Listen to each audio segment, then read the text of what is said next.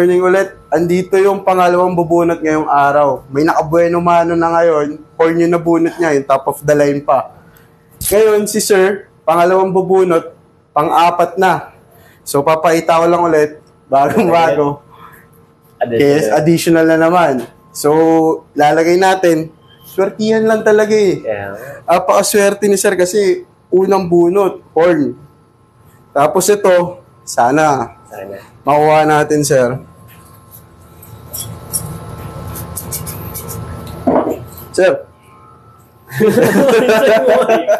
Swerte yan, Sir. Good luck po. Ay, Lord. Si Lord na. Blessing o hindi, okay lang. Sige, Sir. Kayo na ako mag-ano. Nanginginig ako eh. Ay, Lord. Saan na ba?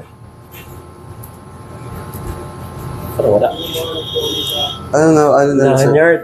Oo. Bali, na panalunan ni Sir is KS Lanyard. Tapos matanong ko lang, ano po palang pangalan nila, Sir? Ivan. Si Sir Ivan is galing pa ng Pasig. Tapos medyo minalas lang ngayong araw. Pero okay lang, at least, di ba? Panalo pa rin tayo. Kaya kung natatandaan niyo pa yung comment niyo, Sir, ano ulit yung na-comment natin dun sa post? Well, yung sabi ko, parang normally, kaya nga may heat sink is para kunin niya yung heat ng kung ano mang item or gadget or anything. Mm-hmm. So, dapat hindi siya isasama dun sa loob nung, for example, yun nga, specifically yung sa ilaw.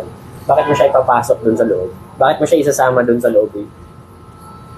Gusto niyang ilabas yung init eh, so sabi na sa labas siya.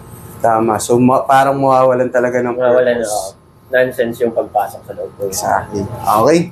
Maraming salamat. Thank you po, Sir. Sige. Salamat po.